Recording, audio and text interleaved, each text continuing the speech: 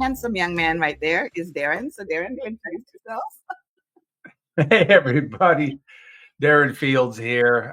I did not check on the color coordination, as you can clearly see. Otherwise, I probably would have had green if I have green. But good morning, everyone. Happy to be here, Shara. It's thrilled to have you guys. Full disclosure, Darren and I have known each other for more years than I'm readily going to admit. We worked together for many, many years and had a lot of fun. And I'm going to let both of you tell a little bit about kind of your background and why we do this. We started a couple months ago, I think, started having regular calls about what we're doing. We're all entrepreneurs, what we're doing in our businesses and how do we help support each other. And the conversation really quickly came to what are we doing about AI? And it is the topic, right? Everybody's talking about it, whether they have it, whether they're doing it, whether they're implementing it, whether they're not, whether it's bringing the world down to an end. I will share one quick thought. I said to you guys once before, and you all in the chat can tell me if you think it's true. I wholeheartedly believe that whoever it was that invented the wheel went into the cave and said, look what I have. And the entire community went, it's the end of society. It's all over. That's the end. And we see that every single time. And I truly believe that that's what we're facing again here, because AI is not going to replace us entirely, right? We are still valuable in the world. It's not coming to an end. So we're going to have a little conversation about that and other problems and hopefully give you some solutions. And we would also want to hear from you. So feel free to put lots of comments in the chat and we'll talk about it. Darren, do you want to talk a little bit about what you do? Yeah, definitely. I mean, like you said, we're all entrepreneurs. We've known each other for a long time. So a long time. But anyway, the reality of it is yeah, I think the interesting thing is that we started to get together. We all kind of unplugged from the matrix. We all got out of the W-2 game. And we just started getting together, and then we just thought, hey, let's take it on the road. So thanks for everybody for coming in. And as we go through things, if you want to comment or say a few things, please feel free. We can see you. This is kind of a DIY kind of thing. We wanted to make this really kind of authentic. But about me, I'm a technologist. I've been selling, persuading, doing technology for a long time, for a few decades.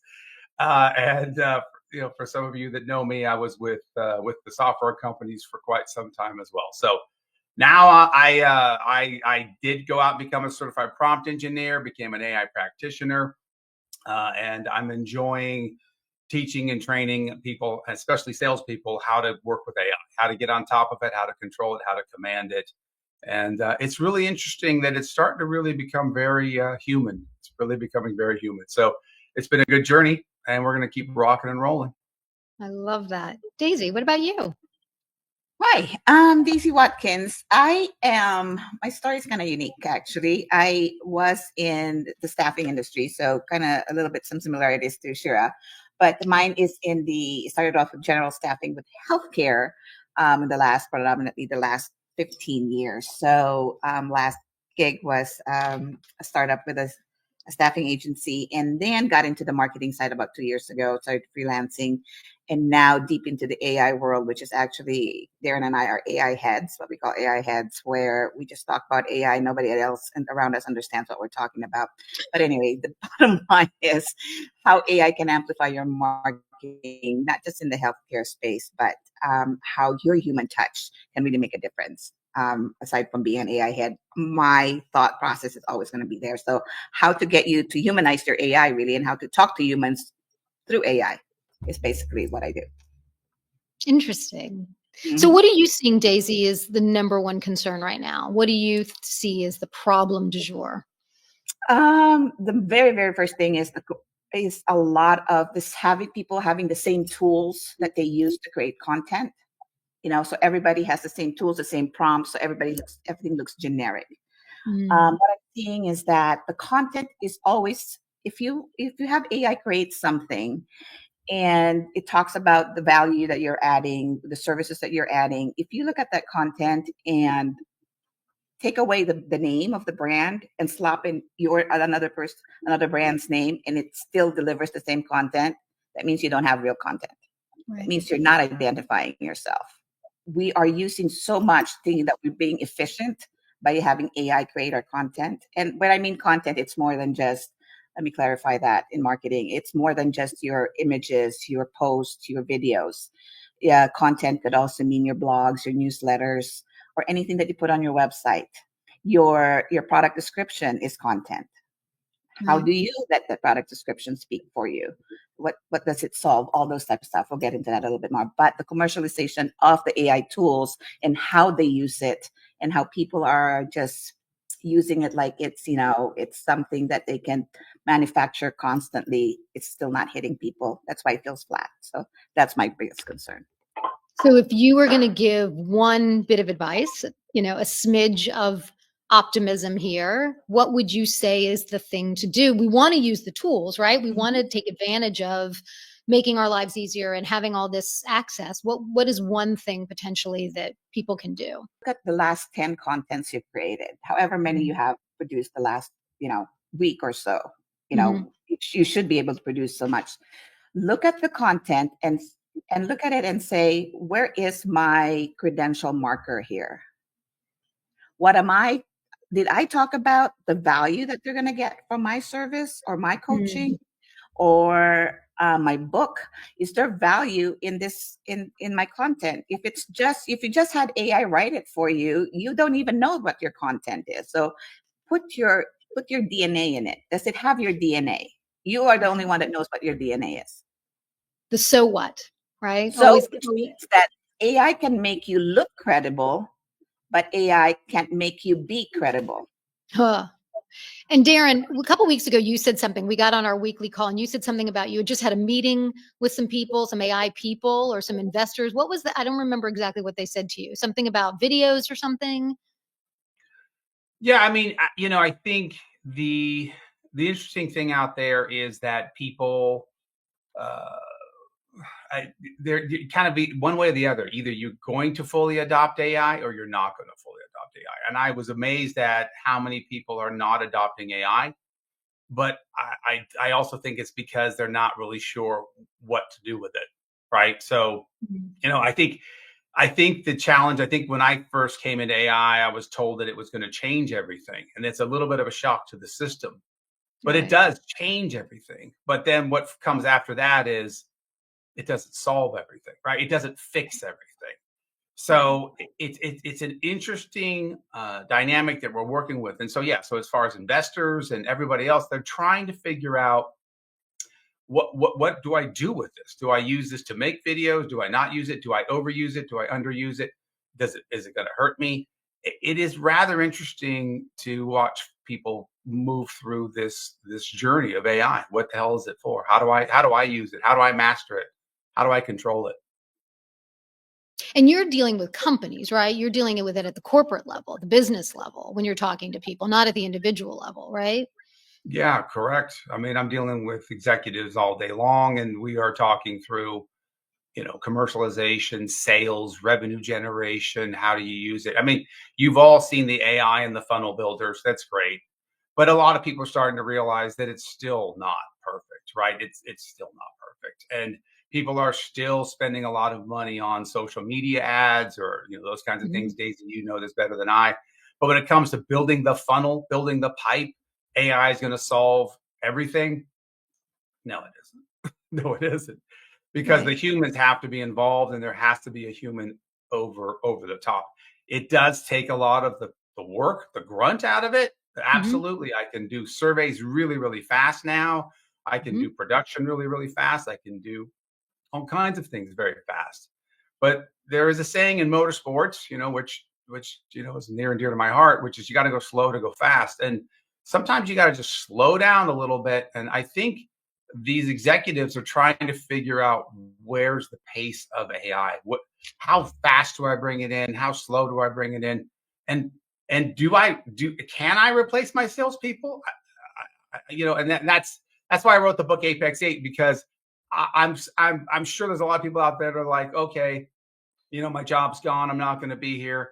I think there's a lot of executives that think the same thing. I've talked to them a few times, especially on the smaller side, and they're like, I'm just worried that they're going to take me and my people out. And I'm like, okay, well, let's spend some time on that. Let's talk through that.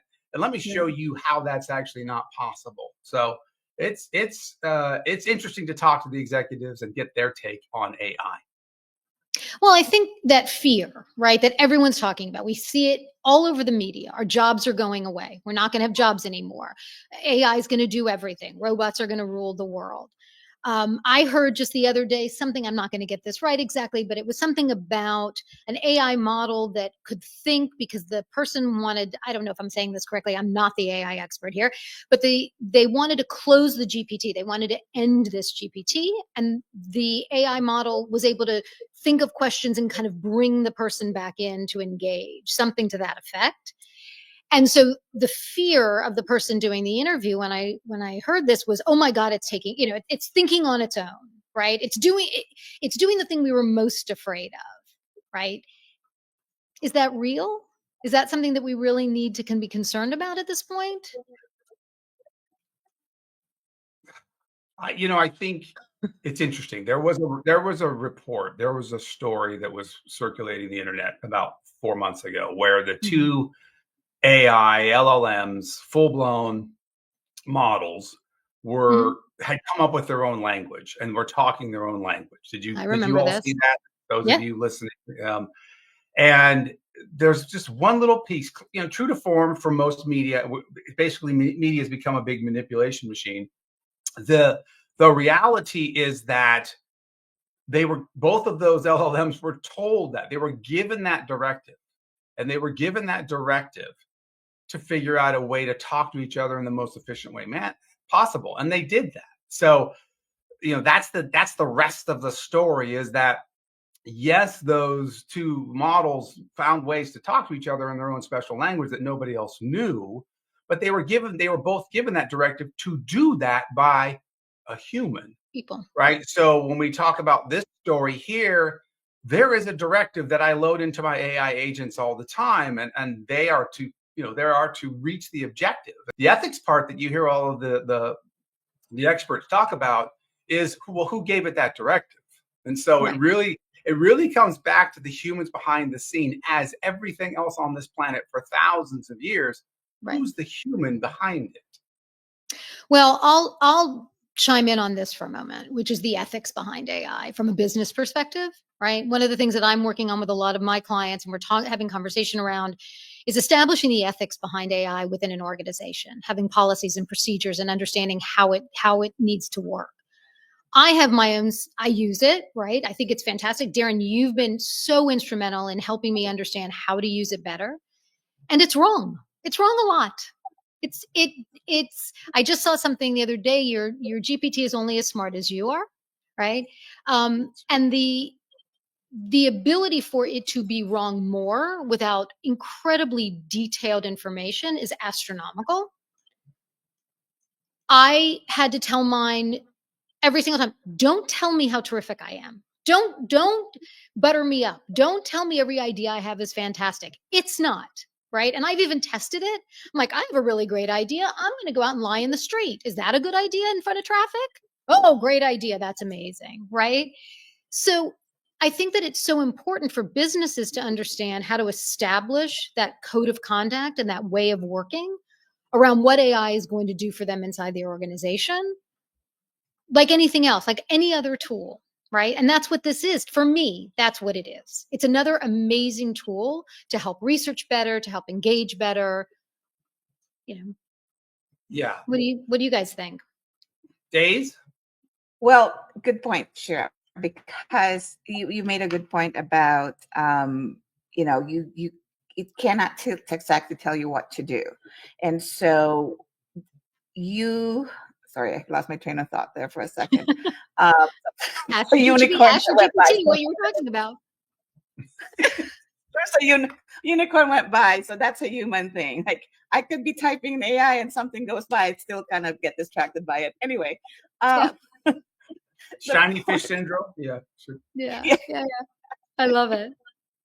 So what you're trying to say is that it doesn't matter what, AI can pump us up, and people get kind of jaded by that too, right? Oh my God, it's telling me it's going to work. It's telling me, oh, my return on investment is going to be this. But if you do not understand your goals or your how you get there, right? AI can tell you to get there, but those steps that are involved to get there and how you're touching each of those steps, being a human, is still not going to be successful. Make sense? Well, I So love, Darren, you turned me on to Claude, which I love. I think it's, from a research perspective, is fantastic. Guess what? It can't read a spreadsheet. I can't Yeah. load a spreadsheet. Well, it depends on which one which model you choose, but yes, you got. yeah, I think what you're both saying is that it gets a little social, doesn't it? I mean, it's like ChatGPT is the life of the party, the schmoozer. It's like, oh, that's a great idea, Shara. You should, milk Go cows lie for in a the living. street. Right. Yeah, it's just, Claude is the MBA in the room, very stuffy. You have to catch him at the right time, otherwise he gets a little grumpy. Perplexity is just, the man about town, of course, but he's got the gossip and he's got all of the stuff. So, I mean, they really do develop their own personalities. And so when we're building agents or when we're designing things for clients on my side, it's we really spend a lot of time on the personality because it's really starting to do that. But what you guys just said is true. It's only as smart as you. I mean, the person that's using it. It will. I got to delicately say this: if you ask a dumb question, you will get dumb answers. Garbage in, garbage out. For those of us that are Gen Xers, it's like we grew up with this, and so for the other generations that maybe you know this, maybe you don't, but if you just ask the basics of a GPT, you're going to get basic answers and you're going to open the door to hallucinations. You really will. Because if you're vague, it'll fill that void because it's given a directive to answer you. And so you've got to learn. I think the interesting thing is that there are a lot of people out there possibly listening to this that don't have their own private account. If you listening right now don't have your own private account, please get one. The reason why, you've got to start the learning curve. You've got to start to learn these nuances, because And I that's can say this: if when you learn to live with AI, you're going to give yourself an advantage in anything that you're doing. So you're you'll saying find out where it's good and find out where it's not. And so you're saying that the free versions of these sites versus, what is it, $20-$25 a month? What does somebody have to pay to do that, to have their own? $20. You Okay. can do different ones. I'm just going to say 20 plus or minus $5. The free ones they're not usually not as high performing. They're not as fast. They're not as smart. There's more risk of IP being lost. All of those things. Just get your own account. I mean, if you're spending $20 on Netflix, well, cancel that, I guess, and get this, because, I got to ask you, I mean, yeah, when you guys are going out now and looking at candidates and you're coaching people on how to hire and recruit, where's AI in that mix and where's it on the resume?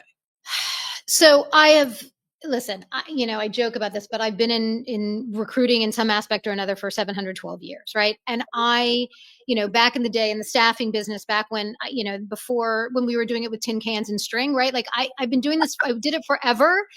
And we had paper applications, and I picked up a phone and talked to my clients and talked to my temps or my candidates. And, and I feel like the hiring success rate was better.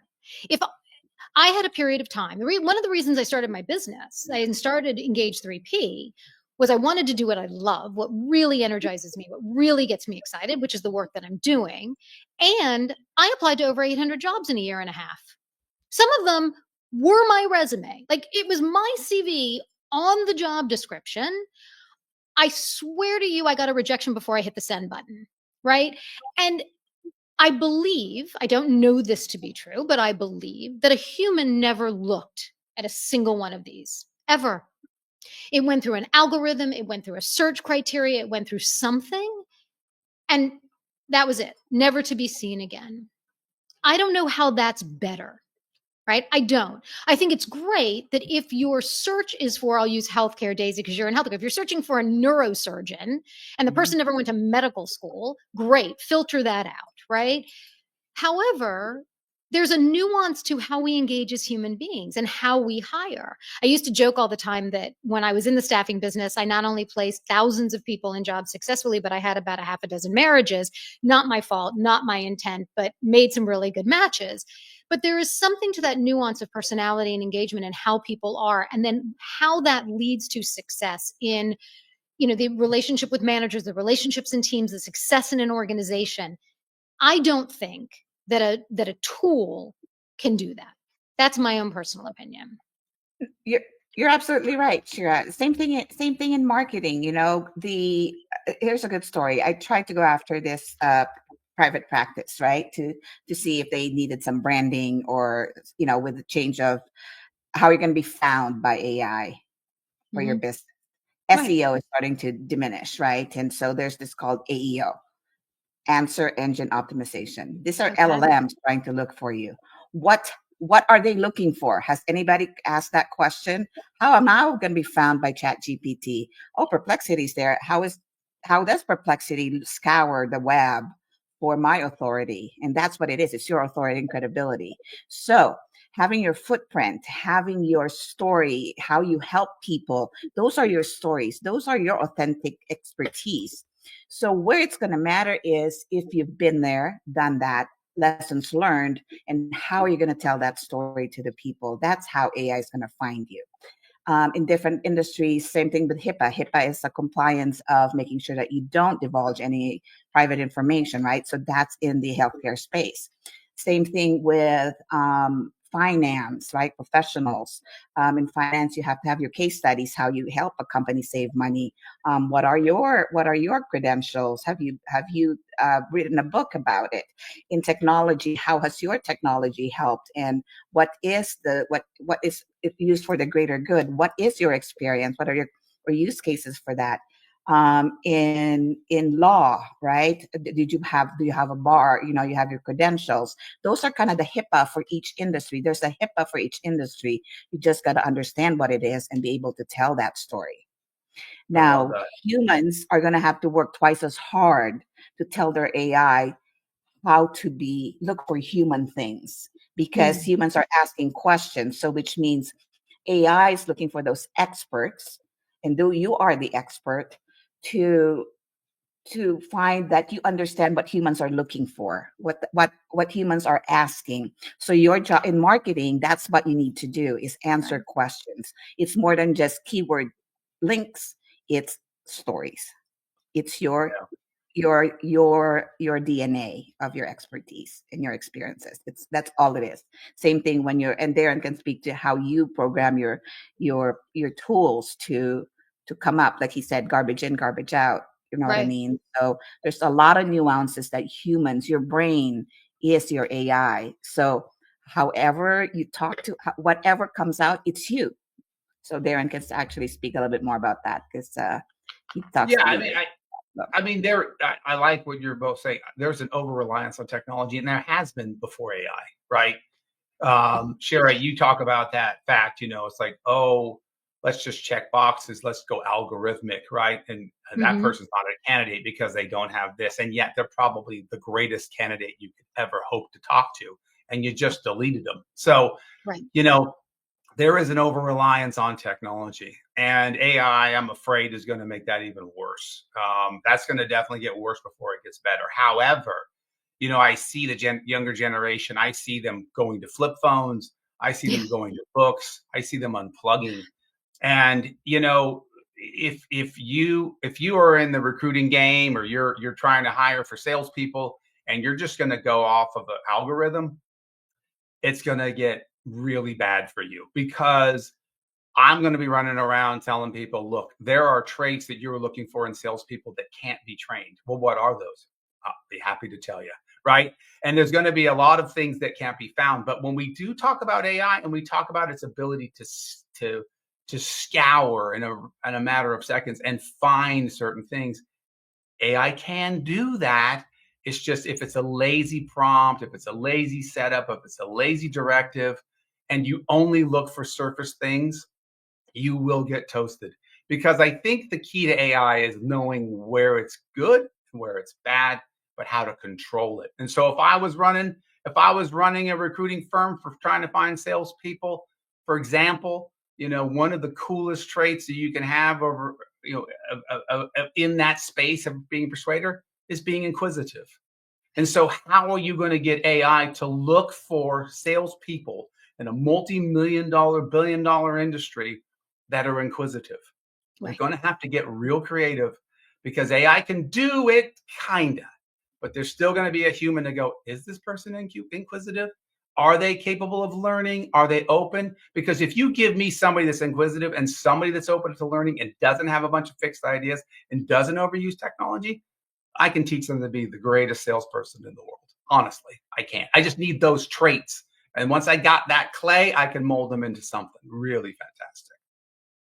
So I'm having just thinking about how AI is leveraged. I'm working with a client right now that's had kind of the two opposite ends of the spectrum.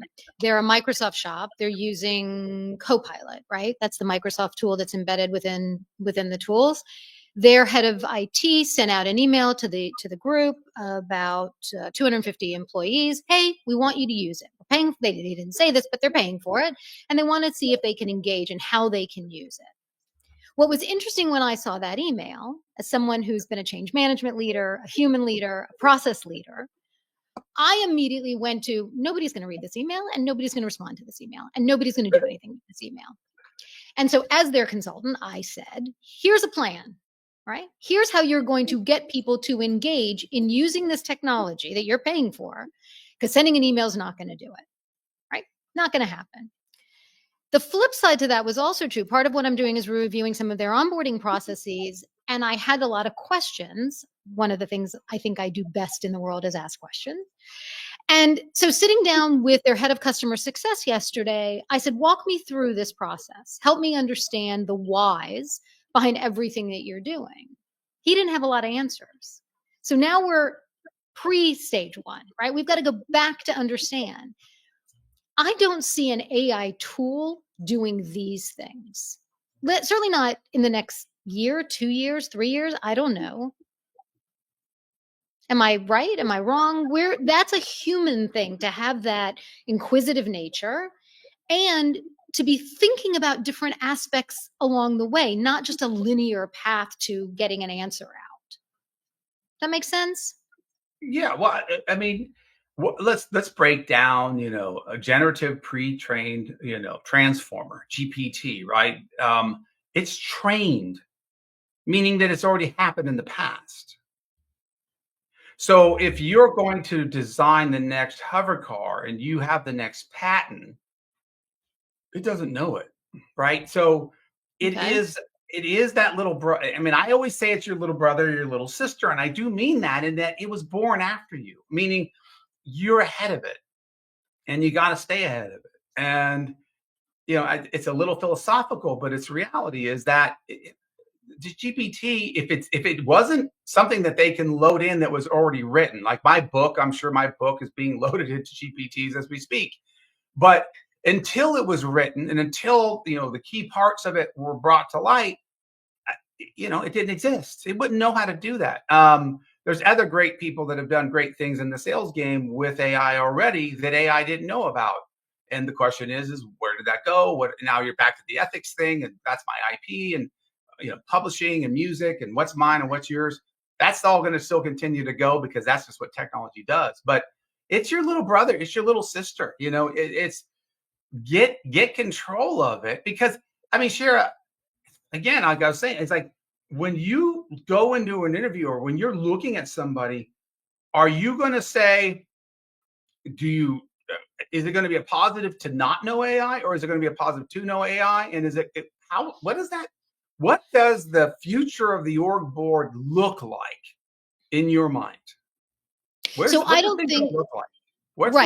going to look like? I think if somebody tried to enter the workforce today and didn't know how to send emails, didn't know how to do a spreadsheet, didn't know how to search the web, right? Like however many years ago, 20 years ago, I don't know what it was. That would be a colossal fail, right? Nobody could get a job today without that basic understanding. And so to your point, I think that's where we are with AI from a high, assuming the person's not a programmer or whatever what do you call it? What do you do? Developer. What is the thing? I'm a builder, but A developer. builder, right? Whatever this is. However, I certainly don't think that we are at that stage for the person who's going the sales rep who's going to go to a big company or anything else that's something that they need to do at that level. They need to, I would think, fundamentally employers today would be looking for a baseline, right? I would think. Shira, let me ask you this question. You worked Sure. at the intersection of people, processes, and platforms for years, right? Right. So long before AI took center stage, Mhm. what's your view on what's really changing and what's not right now? Without, you mean with respect to AI or in general? Before, what do you see the changes are that before AI took center stage? What's your view on what's really I don't think changing? there's a lot. I don't think there's a lot that's changed, right? I think it's companies want to be successful. They, the good ones, want to have great culture and great engagement, and they want their people to be successful.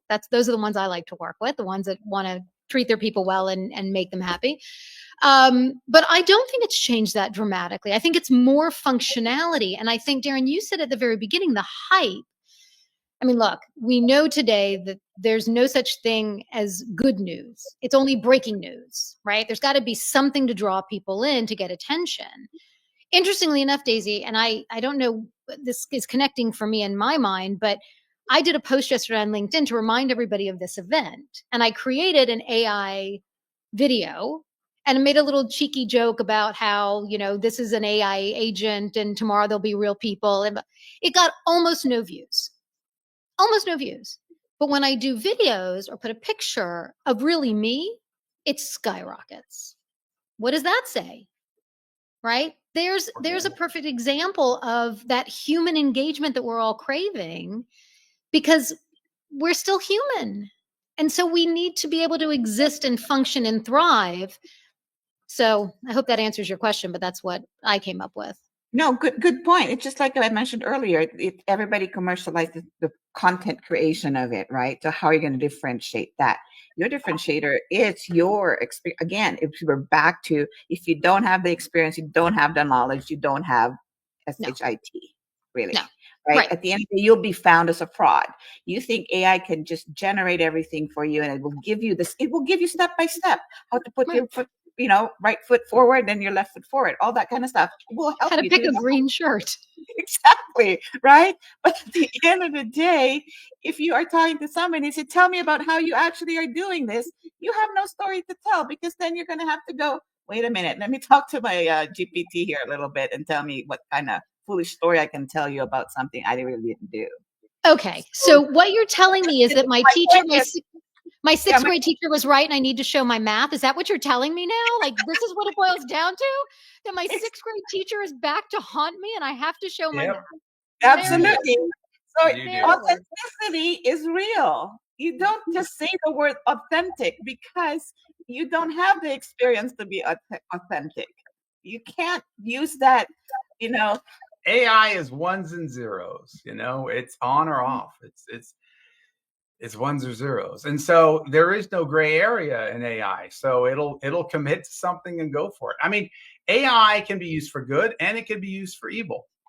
It is a mirror of your soul. It is a mirror of you. It is all these things. But I think for the humans, the secret is that AI can give people autonomy. So for my students and my executives, it's really teaching them that anything that they wanted to do before is possible with AI. Meaning, gosh, I've always wanted to do a commercialization of my whole company.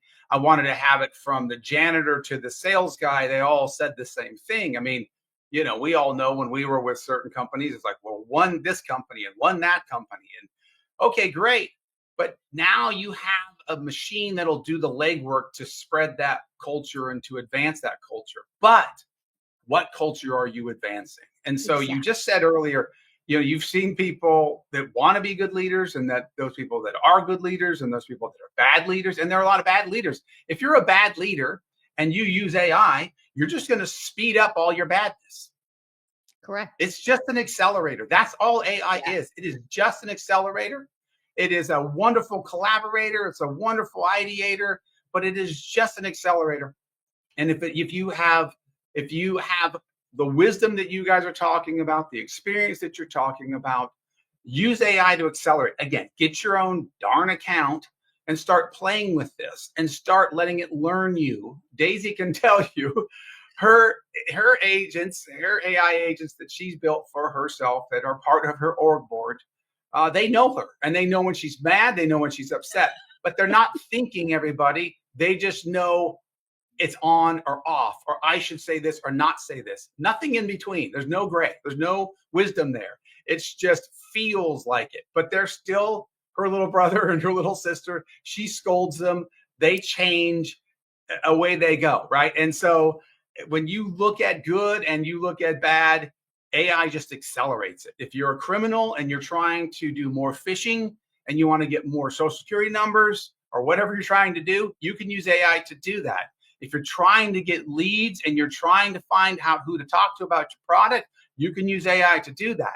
But when you get into that first conversation or you get to that real authentic self, you're going to have to set your AI aside and you're going to have to use it at the right places at the right time to get the sale. Yeah. Don't overuse it. There's a Goldilocks zone to this whole AI thing. And I think I've cracked the code on it and I'm having fun teaching people how to do it. That's awesome. Daisy, you were going to say. So, authenticity isn't about AI optimization. I just want to make that clear. It's your foundation. It's the foundation of it. All right. Your authenticity is the foundation. It's not the opposite of AI optimization. Let's not get that wrong. All right. So people might think, oh, I just got to talk about myself and create myself, right, through words. I said, no, it's not. There's still a difference when people read it and how AI will find it. AI will know if it was AI written. I promise you that. So those are the things that AI is looking for.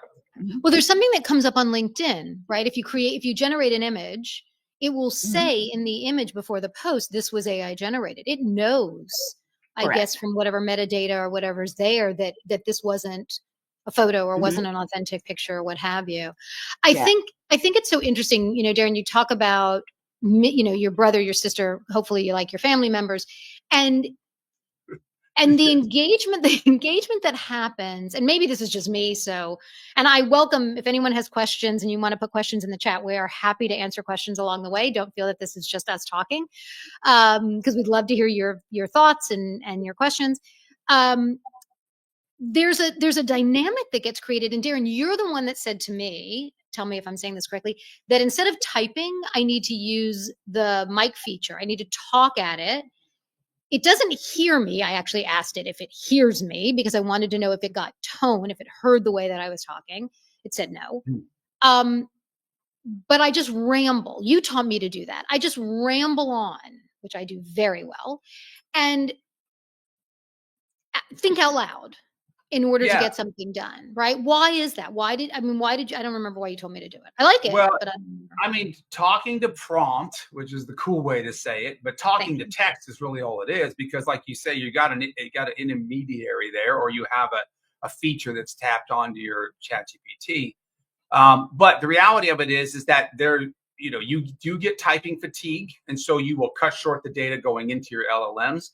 And you also, have writer's block. You will also lock up because, humans do that. You've all heard of writer's block, but we all haven't heard of talker's block. So just keep throwing it out there and keep putting it out there. And if you talk to your LLM, again, please have your own account so that what you're loading in there isn't going out to the world, because these machines are very expensive to run. So when you're on a free LLM account, believe me, that user agreement for that free account, they're just taking everything you've got and they're going to just do with it what they want. It's money or data. It's what that data is, the new dollar, right? What do you think Bitcoin is? Bitcoin is data. It is data that is formed into a function that can't be cracked, and therefore it's worth something. That's why Bitcoin's at $110,000. It's still data. So when we talk to a free account of LLM, you're just giving away your data. Stop it. $20, go in there. And when you talk to it, and when you hit, microphone and you go straight in and it's typing for you and it's putting all in there, you never have talker's block. And so you will find less hallucinations, more communication is a great thing, even with AI. Even with AI. What do you mean by hallucination? Can you talk about that for a second? What does that mean? Yeah, hallucinations is really it is a misfire, if you will, with AI. It hasn't got something. I think remember when you called me really mad you were like mad, you were mad at AI about 7-8 months ago. I don't remember this. Oh yeah. Oh And you yeah. were like, the image, right? And we all deal with this. And this is where art and creativity and everything else is really very human.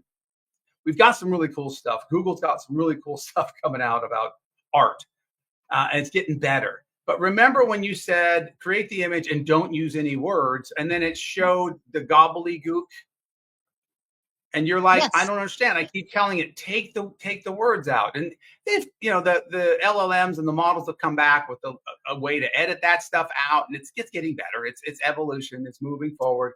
But at the time, you were arguing with your LLM, and you're going, take the words out, and it's like, I did, and take the words out, I did, take the words out, I did. Right. Its definition of words wasn't the same as yours. It was an image. It was an image that looked like a word. It looked like a foreign language to you, but to it was actually a design. It was a graphic, and it went in a particular motion, like a racing stripe on a car. And you guys were arguing about it. It's really the hallucination. Yeah, and the hallucination is really the wrong words, the misuse of the words. Either the human uses the wrong word, or it uses the wrong word, and the vectoring and all of the elements inside of the machine are just not. They're missing. The hallucinations come from the fact that it's not human. It comes from the fact that it misunderstood something. It's following its directive. You told it when you built that LLM, you told it to always have an answer. So it made up an answer. It makes up an answer as best it can based upon the data it has at the time. And so you immediately say, oh, well, you're wrong. But just like that piece with the drawing, he wasn't wrong, or it wasn't wrong, because it wasn't a word. It didn't spell anything. It looked like a word, but it wasn't a word. So who was hallucinating at that point? You both were. You had a definition. He had a definition. You were just misfiring. So hallucinations are misfires, ones and zeros. They get a little jumbled up. It's pretty interesting. It just tried to answer the directive of give an answer, so it gave an answer. But then in lies the problem with every science fiction movie you've ever seen is it doesn't understand its directive. So one of the things, go ahead, Daisy, sorry. Very good point, Darren. Just like with images, images, right? And so AI type, you give the prompt to create the image. It knows it by words. It cannot see it. The humans are the ones that can see it. They can identify to what we're saying. That's why it's important to talk to the human and give those prompts that will have the sad eyes to give emotion to it. So good point there. And like everything that you do, AI are only seeing words. It doesn't see pictures. The way you describe it and the way you give it the authority about yourself is what's going to make the difference. And that's what AI look for. Yeah. One of the other things that you taught me that I try to remember to use all the time is I will give it a prompt of something I want to do. And then I will, at the end of it, say, I need you to ask me every conceivable question until we get to the right answer to make sure that you're on track. Right. So, and then I will sometimes get phenomenal questions, things I may not have even thought about if I'm, creating something or researching something or what have you. But if without putting in that prompt, it's night and day in terms of what the output finally can be. Yeah, and I think the big thing for a lot of folks, is trust. Do I trust this data? Hallucinations feed right into this, false information, bad data, fake this, bullshit that, blah blah blah. I mean, trust is the key. So I always do a fact check, especially if it's super important. And I also check the other ones. Next thing is after you get used to one, you're going to have multiple accounts. This is why people like Perplexity. Perplexity goes to how many LLM AI agents are in Perplexity? Like 5 or 6 of the major ones, all for one price. Yeah, you've got 5, and then you've got the research one. So Perplexity is basically a rag that puts all together It's an from aggregator. yeah, so it's an aggregator to put it all together. So Grok is in there for deep research. You've got Claude is in there, all the latest versions as well, by the way, if you are on the paid version. Gemini is in there, so you can pick and choose your experts as well on how to answer it, but it always goes to the default. So sorry, Darren, let me have you finish that, because I can go off on this topic as well about Yeah, no. I mean, it's true.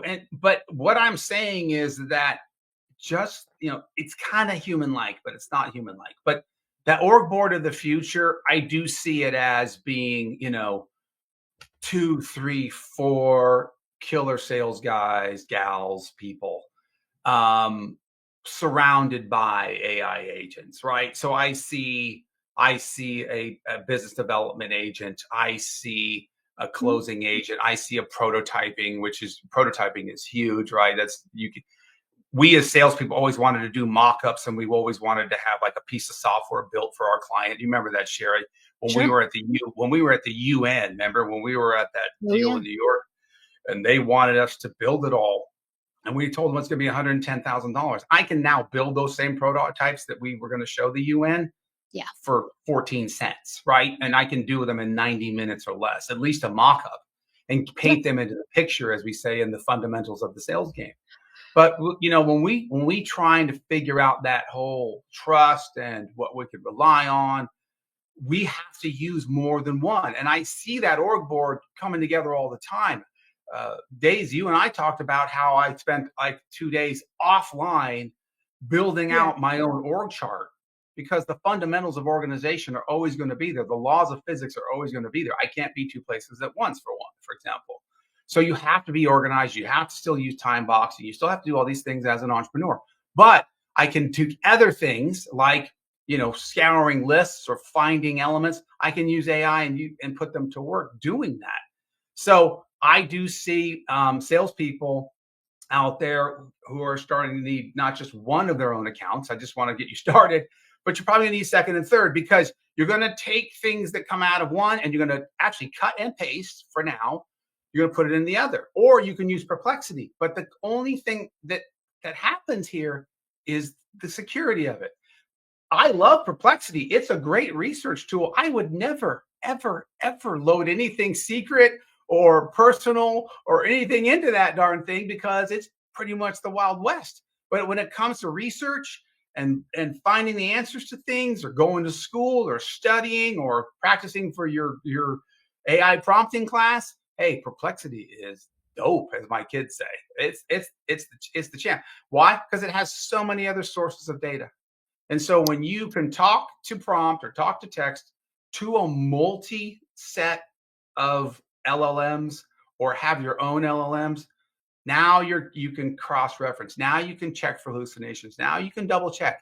Go slow to go fast. If you're going to turn in a report to your boss about the market conditions for autonomous vehicles, use a couple different ones to check on the first one that you went to the first time, and then turn it into the boss. Also, as Daisy said, do not cut and paste your final reports. I don't recommend that. Slow down. Don't be in a big hurry. Don't get over seduced by AI. Take a look at it, iterate with it, gives you some answers. Now that you're talking to text, now you can talk to text your own report to your boss, and it's coming from you, and you're going to change words and alter things. And I don't like that paragraph. Something looks wrong there. I'm just going to throw that whole thing out. Now, when you turn in that report to your boss, you are being your authentic self. You just used a tool to collaborate with, and you've got some pretty good data that you've backed up across maybe 2 or 3 resources. Pretty awesome. It's pretty incredible. The idea around trust is critical, right? That's going to be number one. Trust the source, trust all aspects of what's happening. And as we talked about in the very beginning, companies must implement policies and procedures and ethics rules and ways of working around leveraging these tools like they would any other, right? You wouldn't leave your bank account information open in the office and let people go. It's too important to develop that trust and develop that structure.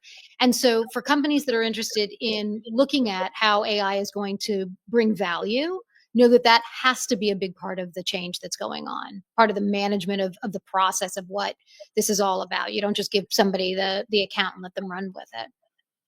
And that goes back to the hype. Yeah. What I see happening is that, number one, I no longer call it the AI era. It's AI age. It's here. It's not going away. We're not going back to horse and buggy. Stop it. So we have the Bronze Age, everything else. We have the AI age. It's that tectonic in its shift, right? Sure. But the hype out there is, well, you can't do this until you have all your data secure. That's also false. That's an over rotation. You got to get into it, and you've got to start playing with it, and you've got to be smart about it. If you wouldn't talk about it at a coffee shop, please don't load it into your AI. But my God, you probably would ask your AI, what's the best way to hire a plumber here in Michigan during the wintertime? Okay, that's a pretty cool thing. What is the best way to close the books using general accounting principles? Because I just started here. I'm 24 years old, and I want to use AI to figure out how to get my promotion. Do it. But when we talk about AI in corporations and enterprises, they're locked. I mean, they're frozen. Well, we're scared to death. We're going to give everything away because our vendors tell us that if we don't spend $20 million to put in AI, we could lose everything. Please stop. How many of your people use search engines or used to use search engines every day? Every single one of them. And how many times do they actually probably load in some IP? Probably a lot more than you are thinking. But the sphere of making a mistake with AI, the best thing I can coach people on is fine, grain of salt. It's never as good as they say. It's never as bad as they say. But Goldilocks with AI is just get started. You're going to make some mistakes. It's going to piss you off, but push through it because it's the AI age, and you got to know how to do it in order to get a job these days. Well, and I think we're almost at time. We've got about 3 minutes left, Daisy. I want to give you a chance to kind of give your words of wisdom as people are heading off, and then we'll close things up. It doesn't look like we had any questions. I guess we gave lots of good information here. I will say we will take it as that. Sure. Yeah.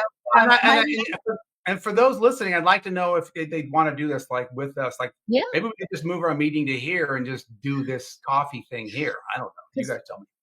To our audience, this is what we do every Tuesday. Just with each other. We wanted to share the wealth. You are my session. So my biggest thing right now is that is make sure that you really understand yourself and put that into be genuine with yourself, be real with your experiences. That's what's going to make you successful.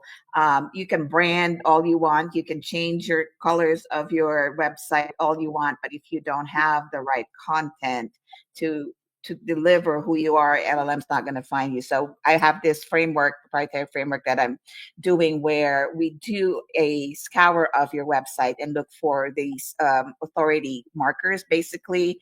It's called the architect framework. And so we will do an audit for your website. We will provide you with a comprehensive report, and then we will go over the steps that you need to do. So there's some technical pieces to it as well. And then we will explain to you what LLMs are looking for. So that's what we do, is we help you create your content to represent yourself, your most authentic self, and then go from there. So the rest is just tangible marketing items, but it's how you tell your story is where we come from. I love it. I want to thank you both for really another wonderful conversation. We do this every Tuesday. And if you're interested, drop us a line. You can reach us on LinkedIn. You can certainly reach us through our websites, our emails, however you want to reach out to us, by phone, for those of us those of you who know us. Thank you both for a really fun conversation. And until next time, and don't worry, the humans aren't going away. We're going to be okay. Thanks, everybody. Thanks for having me. Thank you. Bye-bye. Bye.